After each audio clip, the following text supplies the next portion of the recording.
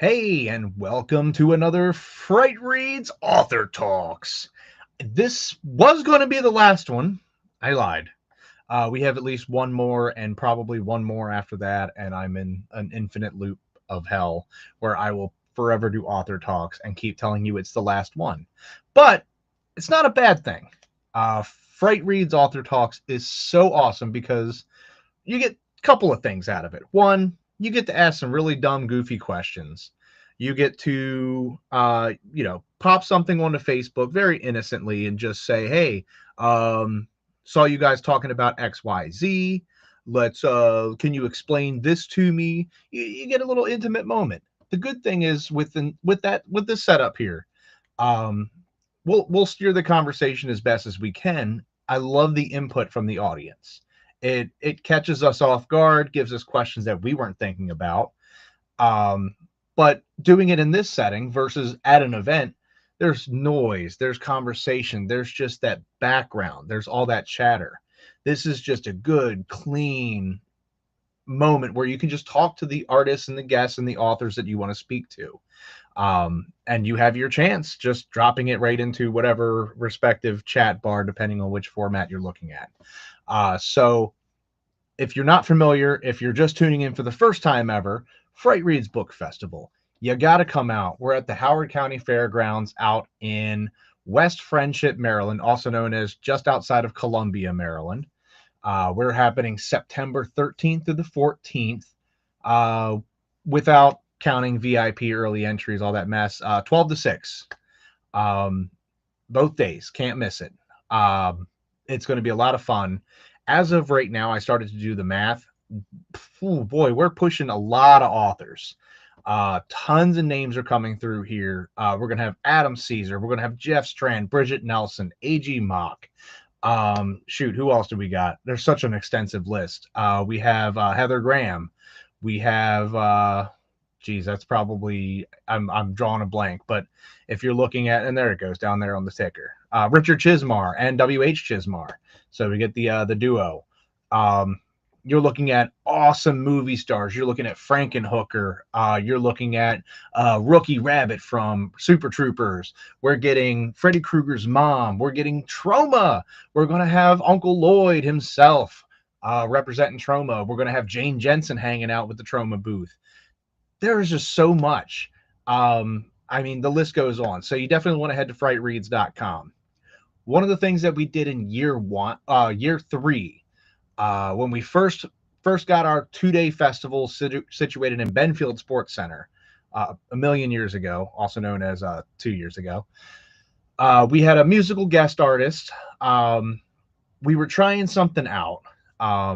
It's a book festival. Yes. At its core, we will always be books, authors, books and words, bookmarks, and other assorted art surrounding book ideas that are all spooky. But man, I'm a music lover. You can't see, but behind me is one of my guitars.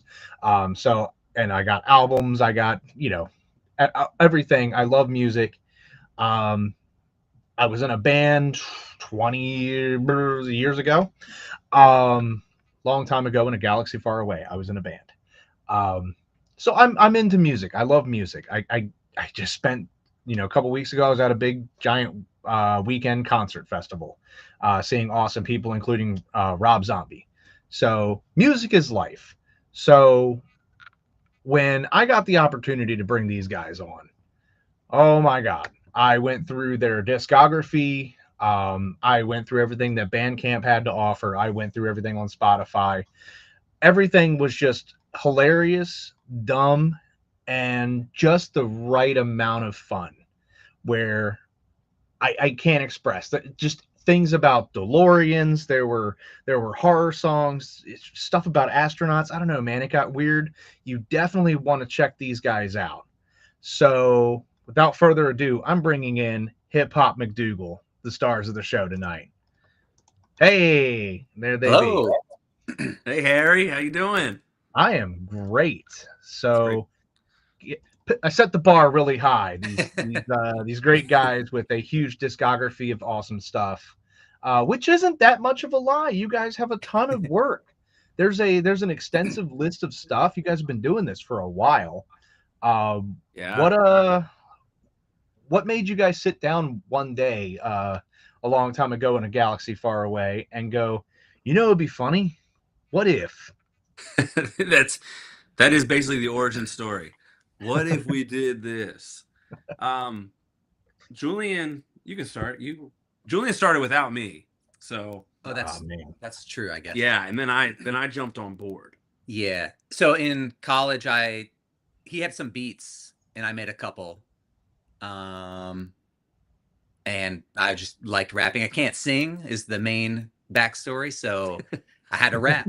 I love music, can't sing, had to rap. So I made like a little EP in college, using some of my beats and some of his, and then I booked a live show and didn't want to do it alone, so I brought him on board. Perfect. That was for MC Chris? Yeah, MC Chris. It's like a nerdcore rapper. Oh yeah. Yeah.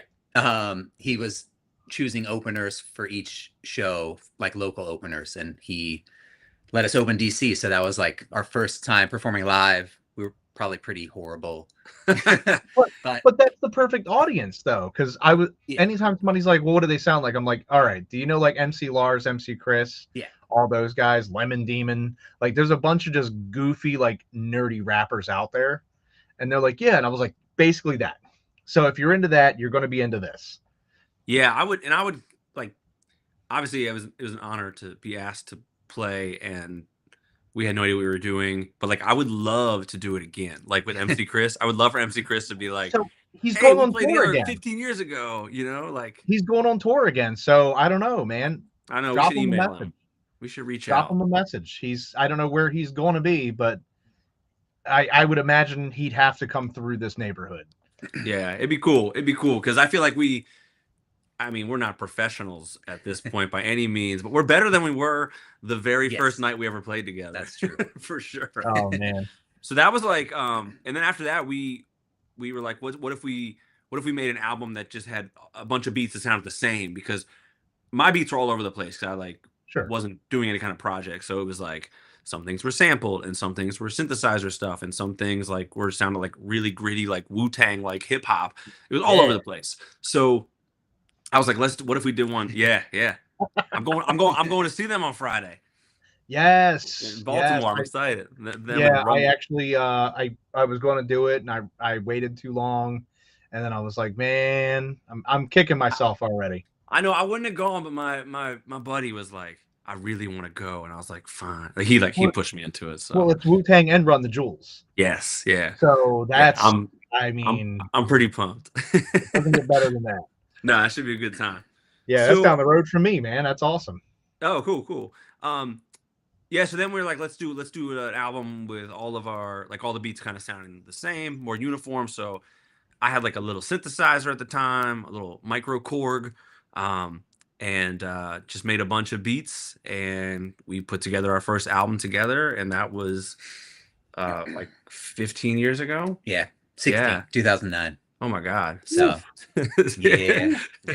So we've been doing this for 16 years, just coming up with silly ideas, and all the ideas we come up with, like it's just us messing around with each other. Like we'll be talking or drinking or making jokes about something, and be like, hey, we should write a song about that. And then that's how most of the songs get made. Yeah. That's it. Which is the best creative process. So you said you used a Korg to do a lot of your synth stuff. What did you use to actually make the beats? Or was that kind of so I used so back in the day I used Fruity Loops. Yes. Yeah. Yes. Damn. I was like, not FL Studio, but Fruity Loops. Oh no. Yeah. Back in the day. Yeah, no FL Studio. It was Fruity Loops. Fruity Loops, yes. People don't know the simplicity and struggle of what was Fruity Loops. Because so I would tell people I used to also have a rap career, if you will. Okay. And I made beats. So that's why I was like, oh, this is going to be a great conversation because we're bringing Harry on stage. Yeah, there you go. So I used Fruity Loops, and somebody's like, that's not real. You got to use blankety blank this and this, and like $1,000 software and whatever. And let's be honest, it was a pirated Fruity Loops, because who didn't have that? Mine too. Right? Oh yeah. Oh, the best way. Don't tell anyone. You'll never stop me now, Fruity Loops. The ones you pay for sound different. I like. Free sounds so much better. It does. It just really does. But I had FL Studio or Fruity Loops. I think I started with 3. Way back, like early 2000s. Yeah, I got mine. I got mine in 2001. So I don't know. What around that was probably. Out then, but yeah. Yeah, I had like 3. I think was my first one when I was like, wait, I can make my own beats. One of my prouder moments was I took the tubular. Was it? Yeah, it was the Candyman theme, and I took the Candyman theme and I mixed it with what is next to me is electric guitar. I kind of had like the yeah, and then there was like a little beat, and it was kind of like a lo-fi vibe, and all of a sudden the guitar comes in and it's like wow. So I started messing around with like real world to like synthy click and point the drums where you want them to go. Sure. Then yeah. I got some drum kits, and then like it's intuitive, but then you hear like, how it came with songs. Yes. And you would listen to them and go, how the fuck did you do that? Yeah. Like, what is I'm over here struggling and fighting for my life. You try to look at the templates and like, yeah. And you're like, how did you get there? And they're using all of these different layers, and like there was just so much to it. And my argument to people was, oh, will you use that? Yeah, but so did Trent Reznor. Yeah, like mind blown. 9 Inch Nails, for the most part, was a Fruity Loop project. I mean, it's incredible. It's incredible. I'm so glad I used it, because it, like, I don't know, I came across it at just like the right time in my life where I had the patience to figure it out. And like, I had no instructions, and there was no YouTube like tutorials on how to do this stuff. It was like, no, you just have to mess with it till you figure it out. And I'm really glad I did that, because then like down the road, so now I use Logic. To do everything. So I use Logic. Most of the stuff is done in Logic, and then I add like live instrumentation on top of it. But most of it's done in Logic, and like that's another one that I like am just figuring out as I go along. And like I feel like my time with Fruity Loops, the time I put in with that, like has trained me to be patient and like figure this stuff out. yeah, and I still feel like I've only unlocked like, I don't know, 50% of what Logic has to offer me, because every once in a while I will be like, how do you do that? And I'll go on YouTube and pull something up and be like, oh, I can also do this. Like I just recently learned that you can, you play like a live instrument, but then you can quantize it and get it all on beat. And I was like, I don't ever have to play well ever again.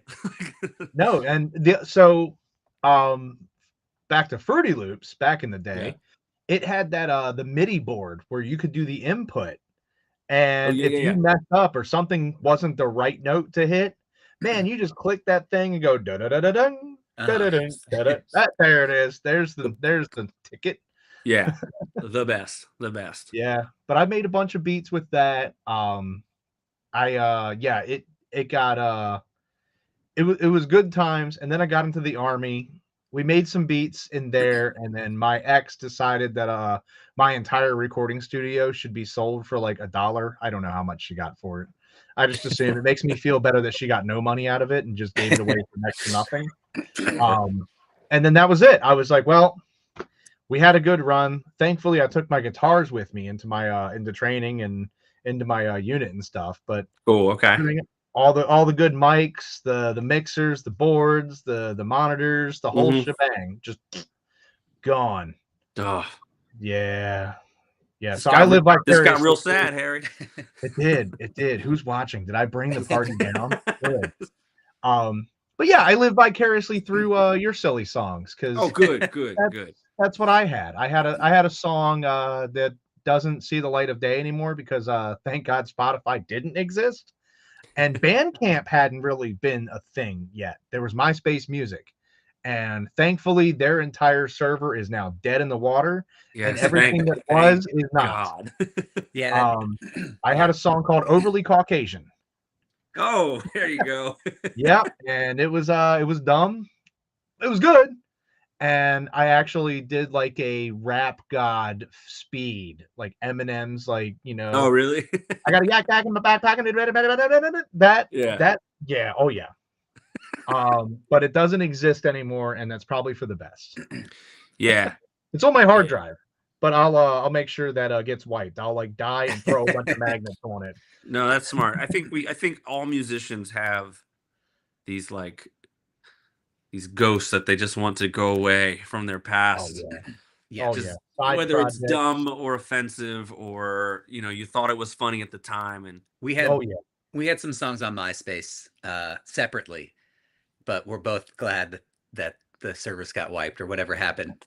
That's you good. log back in and you're like, oh my god. Yep. Oh. Yeah. Well, I would have liked absolutely. to have had those, Absolutely. but... Absolutely.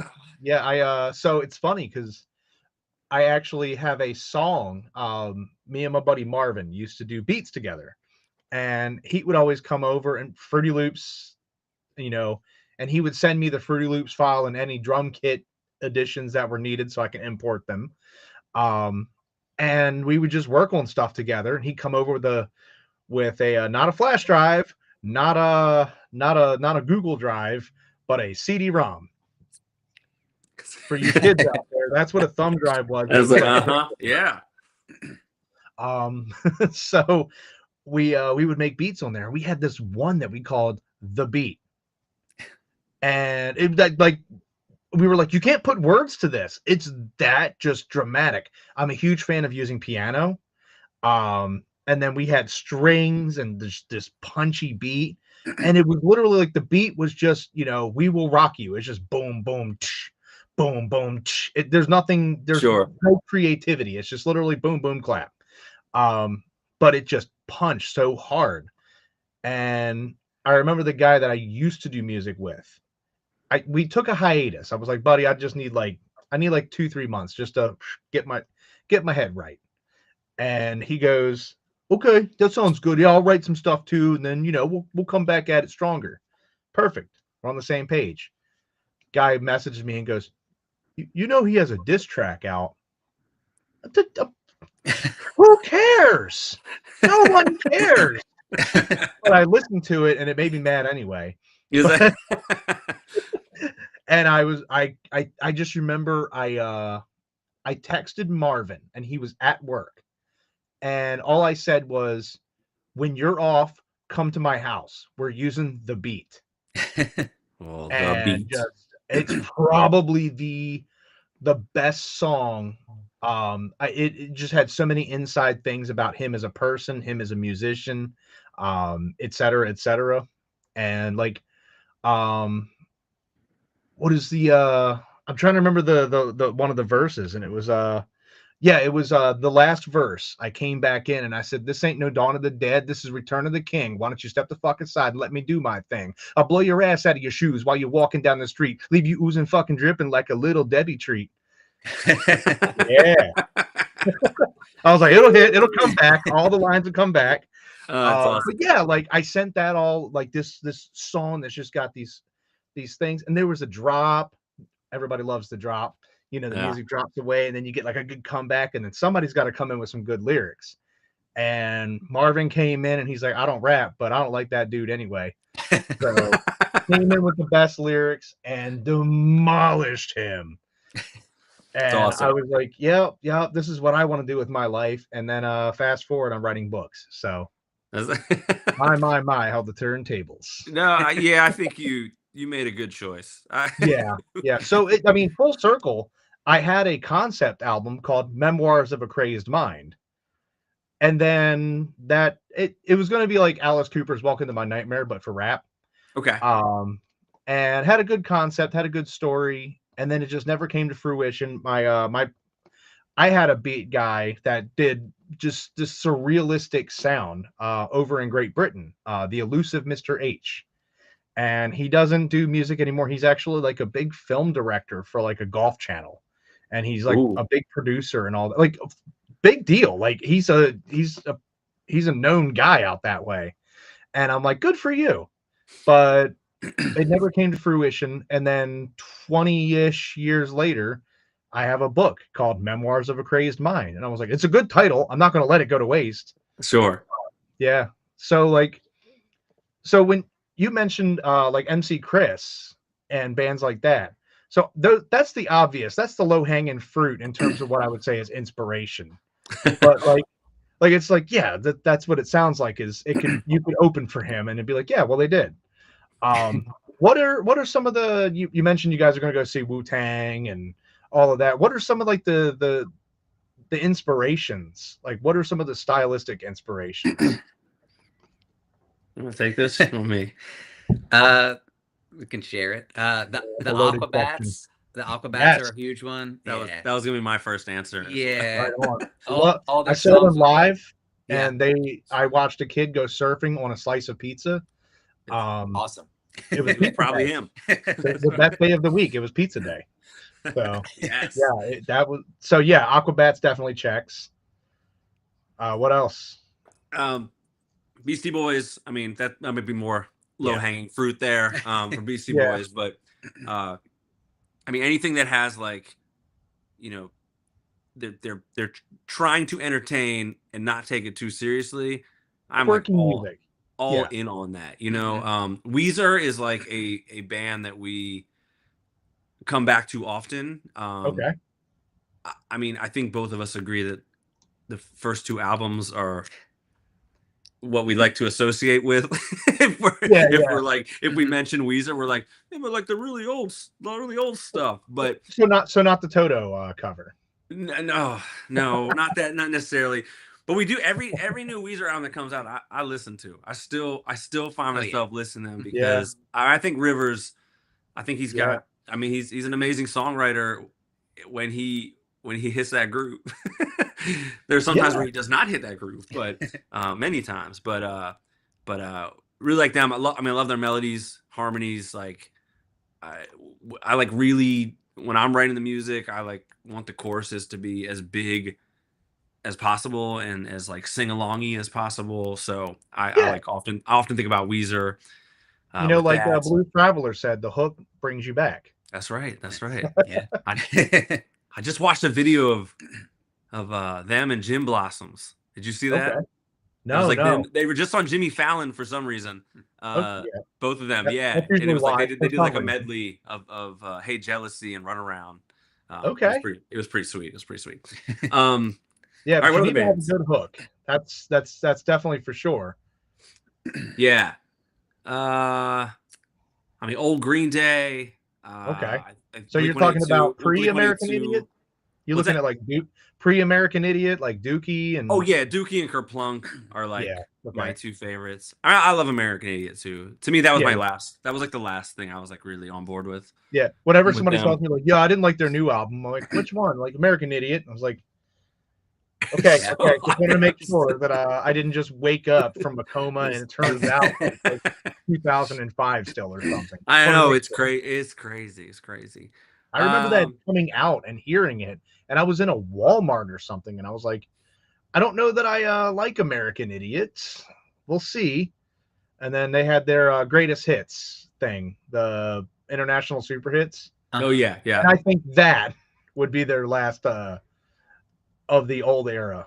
That was like the cap of like, okay, and we're gonna be a different band from here on out. But also the same. Yeah. And I appreciate American Idiot. I think I like what they were doing, just doing something big. And some of the songs are like, I think are like just really well written. But I mean, Dookie though is, oh man. I mean, I can listen to Dookie, all day.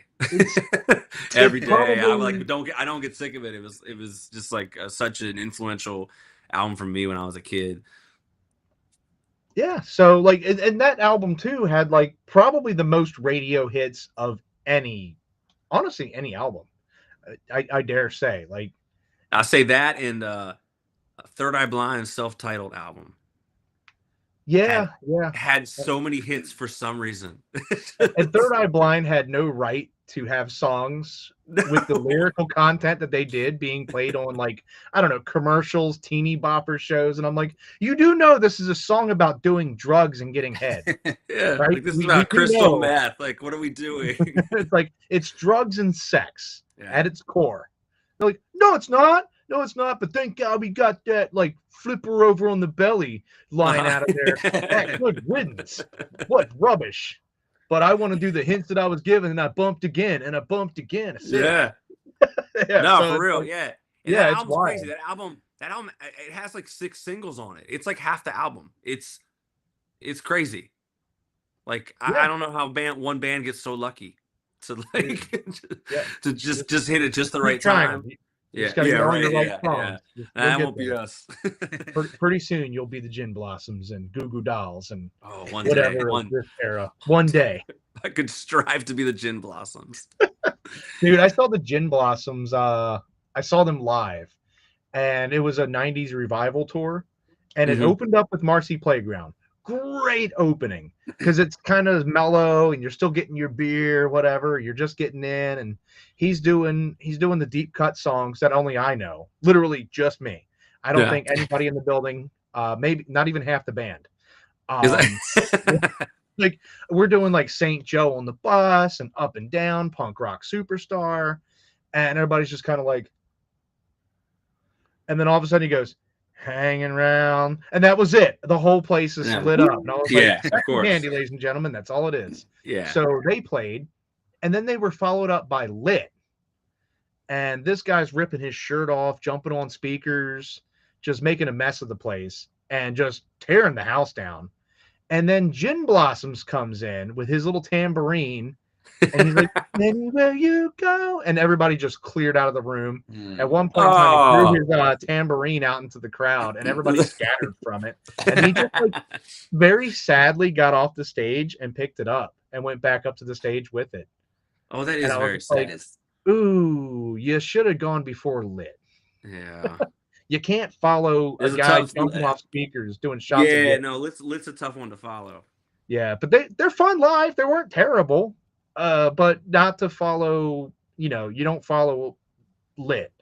You should have followed Marcy Playground and just escalated the volume as we went. Yeah, sure. Yeah. Yeah, I mean, solid amount of inspirations. Like, this stuff's all over the place. Yeah, and I think I mean, I make all the music. We both come up with the ideas and lyrics and stuff. He's more of the lyricist than I am, but I like hearing. I mean, I've fallen in love with pop music over the years, and like I just like catchy stuff. Yeah, and I like production. I like kind of trying new sounds. So, a lot of times we'll hear a song or hear it in a band and be like, "Oh, we should do a song in that style." And like Julian was like, "We should do a ska song." So I was like, "All right." Like, I've never done a ska song. I don't just need play a lot of horns. Yeah, like, but like I don't play any horns. So like, what can Logic do? So then it's like I get to sit down and experiment and like figure it out. So a lot of stuff is like that too, and I like that. With this project, like we don't have like a specific like singular sound. So we get to try all kinds of dumb stuff. It's great. Yeah, we're working on jump everywhere. Yeah, we're working on a new Halloween song that we are hoping to debut at Frightreads.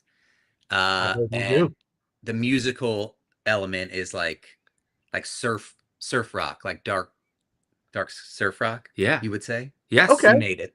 Yeah, and I've never played surf rock before. Yeah, and I've just been like studying surf rock for the last like zombified Beach Boys. Yes, yeah, and then there's a whole world out there of like dark surf music.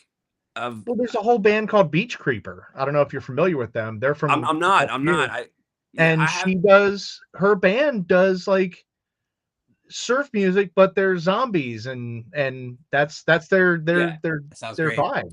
Yeah, sign me up. I found some playlist on Spotify, which is like 10 hours of just various bands like this that I'm sure sound much like Beach Creeper, and it's just great. It's like that music lends itself really well to this darker. I mean, you think like Munsters, like down, down, down, down, down, down, down, like that kind of like twangy guitar, like. So anyway, I've like been the just Cramps, things like that, where you kind of got this like rockabilly-esque. Yes. Like something that just doesn't sound like it belongs in that era. Absolutely. Yeah. So or anywhere really. So we're some of the stuff that doesn't belong anywhere, and you're like, oh, we'll just put this off in its own little corner. Yeah, it's real strange. So we've been like working on that, and like that's just like a style of music I've never done before. So yeah, it's fun. It's fun. So inspiration comes from wherever whatever we hear, I guess. So there's a band. I would say the Euro bands. Give them a listen because they're doing some weird stuff. Okay. Like you got like Electric Callboy is doing some next level weird stuff. Like it's like a nightclub, but if you had just like banging electric guitars. Okay. Like you were doing like a death metal nightclub. And I don't know how best to describe that, but it's like Euro pop on like steroids and acid at the same time. I'm into that. So like you have Callboy. then there's another one that I really love called Royal Republic. They're one of my favorites, and they come out with like it's like disco rock. I don't like it, just has like a weird like 70s and 80s vibe while sounding like the Electric Six but cleaner. And less gay bar, less gay bar, but but they have like these different songs, and they get like they're Swedish or something, I think. And I think they're Swedish or Finnish. I can't remember, one of the two. But like their music is very like new wavy in some instances. And you're just kind of listening to it and you're like, okay. Like they have a song called Anna Lee, which is like, it's got this like funky, like just a funky groove for the guitar. Like listening to their stuff, you'll probably be like, yeah, there's something here. I can. Yeah. I got an idea. All right. Cool. Yeah. But that's cool. Like it just pops out, and you're like, hey, like kind of like, I would go as far as to say it's Weird Al syndrome. He hears a song and goes, "This is called Spam." You hear a song and you're like, "This would be cool," but what if we did a song about dinosaurs? Yeah. And Weird Al, we should have mentioned him. Yes, that was that was a given. But yeah, definitely. Yeah, he's an inspiration to all. Yeah, for sure. I have an entire parody album that exists that does not exist anymore for everyone else but me. It will be buried with me, and I'll like I said, I'll die holding a bunch of magnets on top of the hard drive. But yeah, like that's so cool. And just like the concepts of what you've come up with. Like when I was talking to Brian about like how he met you guys more or less solicited for his DeLorean. I don't think there was any kind of mutual anything. It was just like, you have a DeLorean? Good sir, would you like to have it in this music video? Yeah. We wrote this song called Pack for the Past. And it's like basically like just a nostalgia song about just growing up, a lot of like late 80s 90s kind of stuff. Julian had a lot of like personal experiences written in there, and then we had this idea for like a video like concept, and we're like, well, wouldn't it be so cool if we had a DeLorean? Which is like that's like a dream. It's like, oh, that'd be like a cool thing to do, but like obviously no one we know has a DeLorean. And we're like, well, what if we like tried to find one? So I emailed some group on Facebook, like a DeLorean owner club. Yeah, it was DeLorean or something. Yeah, it was like a DMV chapter of DeLorean, and like I was like, would is there anyone out there be interested? And then he was like, I'm interested, email me. And then I emailed him, and he was just obviously like the coolest guy. Yes. Yeah. Because like that was our first music video. We've only done like we've only done like three. Only done a few. But that was the first. That was the first one. We tried to film something and like had an idea. And like obviously we're amateurs. Like we're filming everything on an iPhone. Like I'm editing everything on iMovie. I don't know what I'm doing. And he was very okay with that.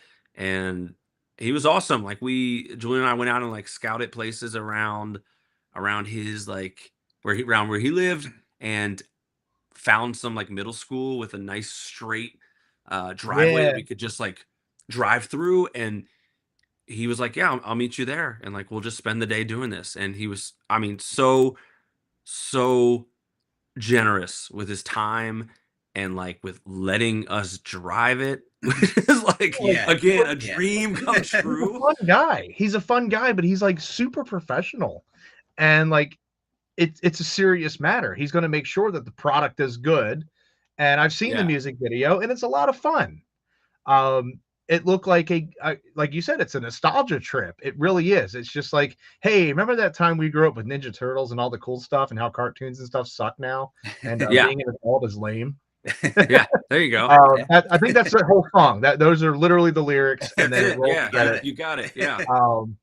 Remember when Ninja Turtles were cool? Yeah, but it's just that vibe.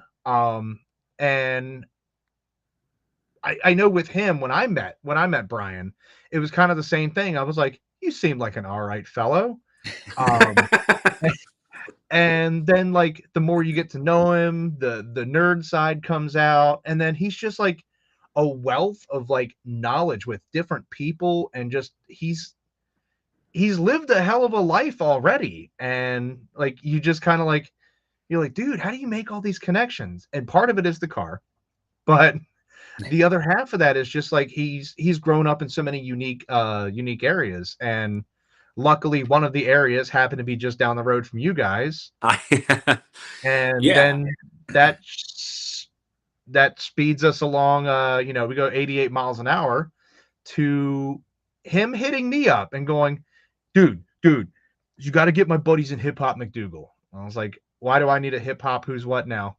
And he says, you need to listen to this song. And he says, this is the perfect song for Frightreads. And it's the only vocal track on the album. And I said, all right, fine. He sends me the direct link. I think it was the music video or something. Like I had YouTube playing on my phone while driving. So I'm trying not to watch the visuals, but you can't not. You're like, well, I guess I'll die for this music video. But like it's playing, and I think at the end of 3.5 minutes or however long, I messaged him and I said, that was the dumbest thing I think I've ever listened to. Are they available? Yes, we are. Just like always. Yeah. So the thing with that too, like, so the concept of it is a soundtrack it's the album of the soundtrack to an 80s film that doesn't exist. Is that the best summarization of it? Yeah, that's it. That's correct. Yes. Yeah. Julian texted me a few years ago and was like, what if we made a end credits theme song for an 80s movie that doesn't exist? And it's kind of like Monster Squad, like that Monster Squad rap. That was main inspiration. I listened to it about 100 times while trying to get some ideas together for that. But yes, that's exactly what it is. I think this might be better than the Monster Squad rap. Oh, because that's a big Hollywood. I don't know, man. I don't know. So I'm not going to agree with you, but I'll take it. Let me see. Just looking at any of the comments real quick, but I mean, for those that are just new to you, what's the name of that album? What is the name of the motion picture? Oh, Howlers. Howlers. That's oh my.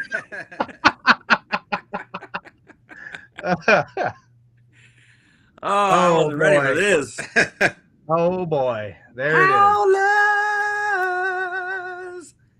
Man, is that an official movie? Is that official movie quality mask? Oh, it gets worse. Gosh. Oh geez, what's that back on? What are you doing? Put it back on. Oh, your internet connection is so bad. Oh, sorry. Yeah, Dairy Queen doesn't have great Wi-Fi, from what I hear. I was trying to set it up, but I was looking at the preview and I was like, God, this fool has had the mask on since he popped in. I was like, well, we're gonna have to move a little quicker and get this Howlers thing underway. No, that's good. That's good. But so Howlers, like, if nobody's heard this, go to Spotify, go to Bandcamp, go to wherever there's music, and if you can find the official soundtrack and find the only song with lyrics, Howlers, it definitely, like I said, it's the Monster Squad rap, 1000%. Like, it's that vibe, but it has no right to be as catchy as it is. We'll bring him back when we'll bring him back in when his Wi-Fi is better. Let's try that. Let's see. You any better? Nah, you're gone. There he is. That better, or you nope, still bad. Well, we did our best. We really tried. But yeah, it just has like this different, like, it's new wave.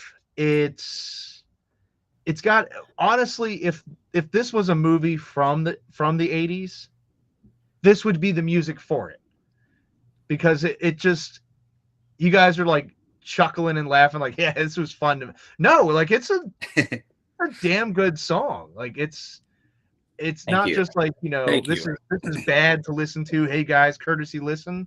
No, this is like MC Chris has songs like Boba Fett. My God, that's a courtesy listen song. You're like, dude, you got to listen to this song. My Backpack's Got Jets. Yeah, sure. And then this is one of those, like, dude, you're gonna love this shit. Howler. Like, so who did you already said, like, you guys don't have the singing, but you can rap. Who did the Howlers singing part? Because it worked. This guy, he can sing, just not me. It worked. Oh, thank you. Yeah, I do. So I do all this. I do the singing. So all the hooks and things like that. So that was, I recorded that. I remember doing it in my like TV room when my daughter Hope had just been born, and she perfect, Brian, perfect. When my daughter Hope had just been born, and she was sleeping in her little swing, and I sang that one time, and she just woke up crying, just crying with joy. Yeah, I'd like to think that, but I was like, holla! Like, just, I'm just belting it out in a range that is not my own, and the baby's just in the bed like, holla! Yeah, I know. I remember her just being like just screaming, and I was like, oh, but I really want to finish recording this. So, yeah, that's me. Just, it's like many layers of me. Yeah. But it has that, like, my God, it's just whatever you did, you were just like, I know you guys are like me. You're probably giggling the whole time it's coming up. You're like, God, this is so dumb. I love this. This is, and then it like turns out like somebody that's completely from the outside, this is a good song. Like, I know you guys are just throwing around. Thank you. Appreciate that. But it's good. Thanks, man. And I've shared it with other people, and like my buddy Paul runs Irina's Crepes, where I do a lot of my writing.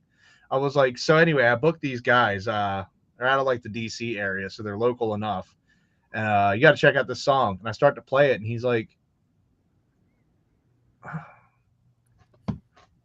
and that's kind of like it just escalates, because like the beginning of it kind of starts up, and then you get into the howlers, and then the rap part kicks in, like howlers, and you're like, okay.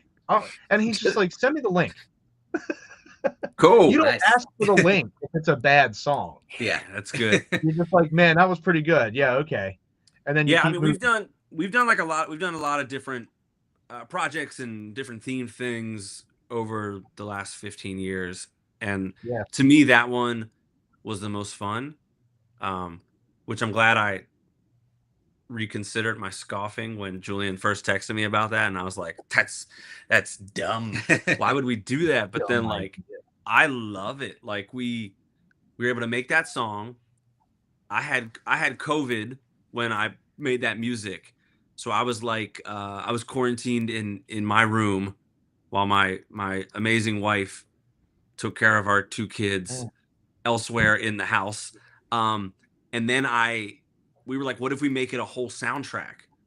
Like, just so then I put together all the other instrumental music to go ahead for like the score of this fictional movie. And we were like, okay, well, like the track list will kind of tell the story of the film. So even though the film doesn't exist, like you can kind of track followable. It's you can like kind of like track the ideas of it through the music. And hand to me, it was combat. Like, well, there's a fight scene. We know what's going on there. There should be a fight scene there. Yeah. And to me, that was so fun. To like just do the music in that way. And then we were like, well, now we gotta make a music video. Well, I heard that when you tried to put it onto like Spotify, they were like, the official soundtrack to what? This doesn't exist. So did the music video come first, or did the not so movie just to satisfy Spotify? Which one came first? So we were in the process of filming the music video and then heard that back from Spotify. So we added some scenes with like actual dialogue with the soundtrack music he made like behind it. Yeah. Because I think they said like it can't say motion picture on the album art unless there's some sort of video. And I think you asked like how long a video, and they were like 10 or 15 minutes. Yeah. We'll qualify for the motion picture. Yeah. So we're like, okay, we can make a 10-minute, flesh this out a bit. Yeah. So we spent like a week just like filming these dumb scenes to like stitch together the footage we had. Not that like they were film critics at Spotify or like, at the company that we used to put it on Spotify, but like we wanted it to work. We didn't want them to be like, kick it back to us and be like, well, now you got to go do this. So we were like, we're going to make this into a short film with like an intro and credits. Yeah. And the whole thing's going to be there. And it's awful. And I don't know if you've seen it. Have you seen it, Harry? Oh, it is. It's terrible. It's but on purpose. But you know what? Yeah. But like you're watching it, and dude, I have seen much worse. We do a thing out at, so especially in the pandemic, we had bad movie night, and I had my I actually built a deck in my backyard. I had like a raised platform deck, wide enough to fit like a big like sectional couch for outside, that kind of thing. Put a projector out, and we started watching movies. And some of them, like, it's bad movie night, but it doesn't mean it's a bad movie. Sure. Like we watched Velocipaster. It's a bad movie, but is it a bad movie? This is like the ultimate question. Yeah, like what makes it? What's the purpose? Is it to entertain? But your mini film was watchable. It wasn't like I was just like I can't watch it, please. But you're just like, this is so stupid. And like the transformation scenes are like, that was my wife. That was my wife. Her American Werewolf in London it makes American Werewolf look like peasantry. they need to go back to school for those effects. It's fun. But then the reason why the not so werewolfed out Brian is there in his pixelized form. 8-bit Brian. 8-bit Brian. There it is. Here's your rap name. 8-bit Brian. Yeah, 8-bit. So it was kind of a process of things. So Brian messages me and says, you got to check out these guys. They have a werewolf song. They'd be perfect for Frightreads. Told me nothing about any other song. Just, you need to listen to this werewolf song. Okay. So I pop on Howlers. I listened to it. And I was like, this is stupid. Anyway, they're in. And then I listened to it another couple dozen times. It's in the official Frightreads shuffle now. So the past event that we just had and any subsequent event, Howlers will just start playing. Great. Love it. So thank you. We're gonna have that in rotation. So I was like, yeah, this is cool. This is cool. And then he, out of nowhere, I think it was like 10, 11 o'clock at night, some like goofy hour. And Brian, you had called me up and said, I got a really dumb idea. Listen to it. I'm like, okay. I'm here for dumb ideas. And you said, you know how Hip Hop McDougal has the Howler song and the whole soundtrack, right? And I'm like, yeah. I'm gonna ask them if I can write the book on the fake movie based around their soundtrack. And I was like, I don't hate this idea. I wish you the best. And then he approached you guys like immediately after and was like, I got this really great idea. I don't know if he said really great. He may have just had an idea, but the idea was there. So like, what was your guys' reaction to the book version being introduced? Okay, well, luckily Brian called us on, we were on speakerphone, not on FaceTime, because I had a lot of confusion on my face at first. But then, like I said before, it took like 3 minutes of hearing his enthusiasm and like how into it he was to be like, oh, this is like the exact energy Hip Hop McDougal like tries to bring to every stupid song we write and everything we do to like try to just have a good time while making, in the name of art. And we were, by the end of that conversation, we were absolutely sold. We were amped. Yeah. We were like, yes, yeah. please. My wife came downstairs and I was like, you got to hear this. I was like, Hip Hop McDougal's going to have a book. But it's funny too, because like I've had the fortunate or unfortunate chance of being alongside this entire ride as it's unfolded, and I got to hear the original pitch and his brand new pitch. I think we should do it this way instead. I am the whole reason. I'd say 90% of the reason the format that it is currently, because I just said, because I think Brian, you wanted to do like a play-by-play of the actual novel. Like you wanted to novelize the movie. Right. And then you came at me and suggested, you said, well, why don't we interview all the cast members? Well, you came at me with the new idea. You said, I'd actually rather do this like a Spinal Tap type of thing. Right. But they're all talking about the worst movie to ever work on. And I said, however, I like both ideas. Why not both? Put them together. Yeah. So now, like that was a great idea. Like each chapter is a song, one of the songs, and I studied the short film. Oh, I know that short film better than you guys do. He studied. I did. Oh man. Yeah. He sent this text that frame by frame. Yeah, he sent this text and he was like, my mind is going blank from having to watch this stupid short film. I know the Sergeant Otto Van Helsing scene so well because I studied it. Sergeant Otto Van Helsing. And then so each chapter, is per song, right? So there's as many chapters as there are songs, and each chapter is titled per each song. But then at the end of each chapter, we interview a cast member that you guys created that's in the credits somewhere, and Harry was the cast member for a lot of them. I went to his house. But one. Well, two, because they're them. I interviewed. Well, I'm saying like in terms of everyone else, but the originators of this concept here, right? I'm pretty much all but one person. Yeah, and I went to his house and I took my phone. I brought my laptop and I brought my good microphone, my recording microphone, and we just hit record. And I interviewed, and he got into character for each person. And some of the people you came up with, some of the names are hysterical. The wolf trainers were probably my favorite. The wolf, what were they called? What were their names? Wonder Wolves. Wonder Wolves Incorporated. Oh my god! So much fun. He had me laughing. Harry had me laughing so hard that like we had to do like. Oh, it's so cool.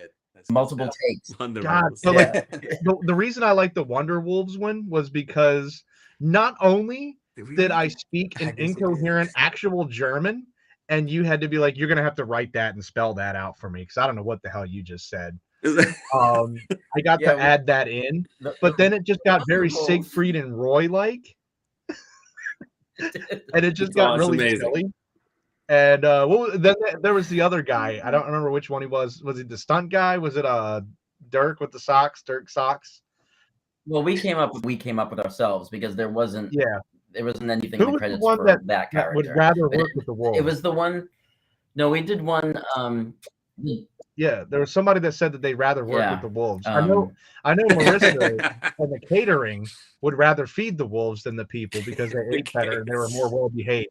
Right. You know, you guys did the catering company. Do you remember you did the catering company? I don't remember who they were. I don't know if you remember that. But how do you not remember who your caterers are? PC catering. This was like during COVID that I like came up with these lists of names. I don't remember any of them. I remember Juan O'Malley. Juan O'Malley. Oh yeah, I did. Yeah, Juan O'Malley got interviewed. Yes, Juan O'Malley. Good representation. And Brian wouldn't. I didn't look at the cast list because I was like, why don't you send me who they are so I can prepare for it? And he's like, no, I'm not. And it was just like, okay, so this is the animal handler, and their name is, or second light grip.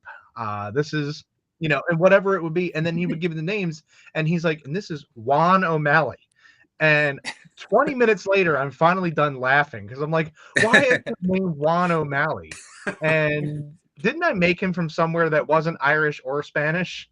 Perfect. You Juan O'Malley from Missouri. We took that one. Yeah, something stupid. And like there was that. There was the other guy. The God, I can't remember what his role was, but the guy that had like, he was the werewolfologist. Yeah, we came up with a werewolfologist. Good. Oh, that's awesome. But they were like, don't you mean lycanthropist? I said what I said. I kept calling him a werewolfologist. Yeah. That's great. Yeah, but there was just so much stuff that went in extra that I know you guys are going to just like, it'll be a whole new experience for the two of you. You'll be like, I made this movie, I made this song. I don't know what is going on right now. Yeah, that's great. I mean, that's great. That's great. I mean, it's so cool to like, make a joke or something that ends up somehow having like a life of its own. Yeah. All with good friends involved. Like that's, I mean, are we not living the best dream ever? Like in terms of this hobby? It's so cool. I don't know. I love it. And I think, Brian, my favorite part I sent over. I'll say my favorite part that I sent over to you, I said, well, when you first told me you were going to do it, I got excited for you when I was like, oh my God, the most meta thing can be done. I want to write the introduction. Right. As if like this is a prolific 80s movie that the studio has just contacted you and asked and commissioned you to write their novel. This is my favorite movie of all time. I grew up watching this movie. I got to write something about it. And I sent you that introduction, and I think you said, this didn't really happen, did it? This is all fake, right? Because I just got so like heavy-handed in emotion, like I was there. I got lost in it. And I was like, it's probably like Big Trouble in Little China, Ghostbusters, whatever I was really thinking of. But like I got in my head about like me just getting so emotionally wrapped up over the honor that I get to write the introduction to this prolific film, Howlers, which is not even a film. Your favorite movie. Yeah. So my favorite part, the last thing that I wanted to say about like the book was my favorite part was that we never interview the director. Yeah. Right? Wally Sampson. We never interview him, but everybody talks about him. So so the reader's gonna get an idea of who he is based on everybody's comments, right? And he's hated by most. And it's like he became like the Stanley Kubrick werewolf movies. Yeah. Well, I think we kind of brought that up because it was like he had the one actor or somebody like having to like stay with the wolves or something, and it was just such method acting like to get the fear. Yeah. Very Kubrick like. Right. We did stay with real wolves to get into character and all that. But went to the zoo and climbed in with them, stuff like that. Like, yeah. So Wally Sampson is funny because he's not interviewed at all, but everybody talks. All the interviews break up in one way or another. So he's elusive, funny. And it's the 39th anniversary, which is like hysterical because it's like who like celebrates the 39th anniversary? Do you want to hear something crazy, Brian? You know how we talked about obviously Spinal Tap as being an inspiration of this. That was probably my biggest inspiration. Yeah. Well, they are re-releasing that in the theater for their 41st anniversary. Oh, geez. So the other way around. Isn't that hilarious? It took your idea, Brian. We heard that. We heard that. We heard that after. That was after, man. That was after. And I was like, oh, we're like right there. yeah. Alive. Yeah. Well, that and they're coming out with Spinal Tap too. It's serendipitous. We all have the same sense of humor. It's great. We're the same. It's funny. It is funny. That's awesome. Great. So like, hey, and Howler's its big release party is Frightreads, so we'll all be there. Yes. Yeah. So not only do people get to hear the song, to the world famous film, but if you loved the movie so much, you'll absolutely love the novel that Brian down here has written. Yes. So like, how does it feel to like go from chuckling about something during the pandemic to where we're at right now, where there's a book and hopefully, knock on my, I hope this is a wood desk. What if somebody picks up Brian's book and wants to turn it into a movie? I mean, that's like, what about that dream full circle? Yeah. The most meta thing ever. It was a soundtrack to a fake movie that turned into a book that got turned into a movie. I think you're contractually obligated to do the soundtrack. Yeah. Yes. I mean, we'd have to talk to Wally. Yeah. to see what like, can you imagine? Oh, I mean, that'd be amazing. It's like I think for a bunch of our albums, we've like in little projects, we've come up with like these kind of bigger ideas. I'd be like, oh, if we had money, this is what we would do, and if we had resources, this is what we would do. And like, it's cool to have some kind of expansion. Like book is, I mean, that's like beyond anything we thought would ever be possible. So thank you, Brian. Yes. That's really cool. But if we go to movie level, writing a terrible song. Howler's movie level, game I mean, tie-in. You get the NES game tie-in. Oh my god. Oh my god. That'd be a good original 8-bit. Oh that would be a god. great game. I know great people. game. I know people. Let me make the Otto Van Helsing. Yeah, I'm gonna make some phone calls and see if I can get somebody to do like a retro NES Atari level Howlers game. I mean, and then maybe we can. What if we can 8-bit the actual Howlers theme song? Yeah. And it's just like that, like really dumbed down. Dee, dee, dee, dee, dee. Yeah. And you're just like, Howlers. Yeah. I'm in. Yeah. Let's go, guys. Let's do it. Let's do all the tie-ins that make zero sense. What are we doing on here? Come on, we got things to do. Everybody get out of here. We got work to do.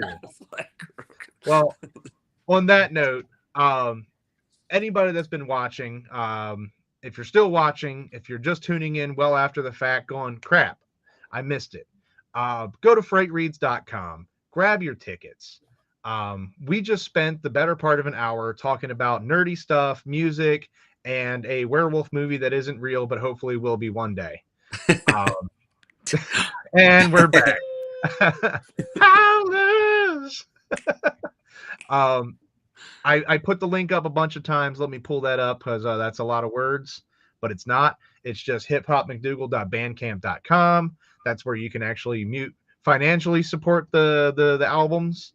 Otherwise, if you want them to earn 0.00001 for every 400 listens, go to Spotify.com, go to your Spotify app, whatever, and look up Hip Hop McDougal. You mostly won't regret it. Mostly. That's fair. Yeah. You mostly We'll don't take regret it. We'll take it, Harry. But you're going to go down a rabbit hole and you're going to have a great time. And then you're going to bleed over and listen to some MC Chris. And then you're going to find out that Boba Fett's got backpacks with jets. Yeah. And it'll just be a great day for you. But definitely check out Howlers, because Howlers is going to be performed on stage for sure. You guys do a visual spectacle that is like the poor man's Rob Zombie, Alice Cooper. Yeah. Definitely poor. But it's still a visual spectacle to behold. Yeah, for sure. Yeah. It's something to watch. But you guys definitely get your tickets, show up. Hip Hop McDougal will have their schedule posted when they're going to be playing. We're going to have several great musicians. We're going to have Hip Hop McDougal. We're going to have allegedly Jane Jensen, as long as all works out. We're going to have Screaming Mad D. He plays very soft music. And then we're going to have, what's their band name? Drawing a blank, but one of our authors, Howard Siskin, will be there with his band. And they play a lot of like cool classic rock type of covers. And because he's an author, the music doesn't fit. But Howard's a good guy, and he's going to play us some tracks to start up the morning. So it'll be a lot of fun. Cool. So thanks, everybody, for tuning in. Thank you, everybody that has logged in, connection trouble or otherwise. This has been an absolute blast. I love talking music with people, and it's a blast. So I'll see you guys in September. Yeah, we can't wait. All right, Harry, thank you. Thank you for having us on here and for having us at Frightreads. We're really excited and excited to be there. So we'll see you over in there in Peony Palooza, where all of Brian's people are being corralled. Yes. All right. Well, we'll see everybody next week when I talk to the next person. Same bat time, same bat place.